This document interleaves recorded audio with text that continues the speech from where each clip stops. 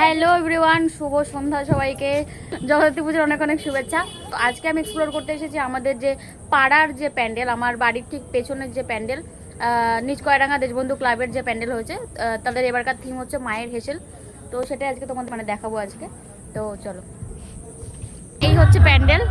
এই যে মায়ের বটিদা, তোমার এত বড় হাঁড়ি, আগুন জ্বলছে উনুনে, বিরিয়ানি রান্না হচ্ছে। এই যে কড়াই, হ্যাঁ, এই হাঁড়িতে বড় বড় হাঁড়িতে বিরিয়ানি রান্না হচ্ছে। এই যে এটা হচ্ছে মায়ের হেসেল, ঠিক আছে। এখানে যা যা দেখবে সব বাটি বুটি আবার নিয়ে কেউ বাড়িতে চলে যেও না, ঠিক আছে।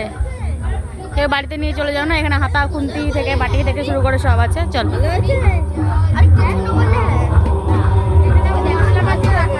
এখানে মশলাপাতিও রাখা রয়েছে, রান্নার সামগ্রী। হ্যাঁ, এই যে মায়ের হেসেল, ভালো করে দেখে নাও, মায়ের হেসেল।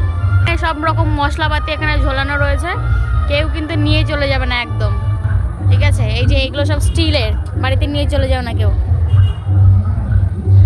এই যে এত সুন্দর করেছে জায়গাটা, ঠিক আছে। এটা ঠিক কিন্তু আমাদের বাড়ির পেছনের যে জায়গাটা, সেই জায়গাটা, ঠিক আছে। এই যে এত সুন্দর করেছে এটা। এখনো পুরোপুরি অনেক লাইটিং জ্বালানো নেই, আজকে সবে 29 তারিখ, এখন উদ্বোধনী অনুষ্ঠান চলছে, ঠিক আছে। দেখো এত ভালো লাগছে দেখতে,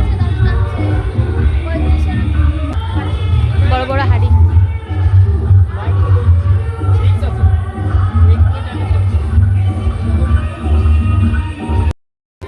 মেন মণ্ডপ, ঠিক আছে। এই যে মেন মণ্ডপ করেছে, উন্নয়নের মতো একটা করেছে, ঠিক আছে।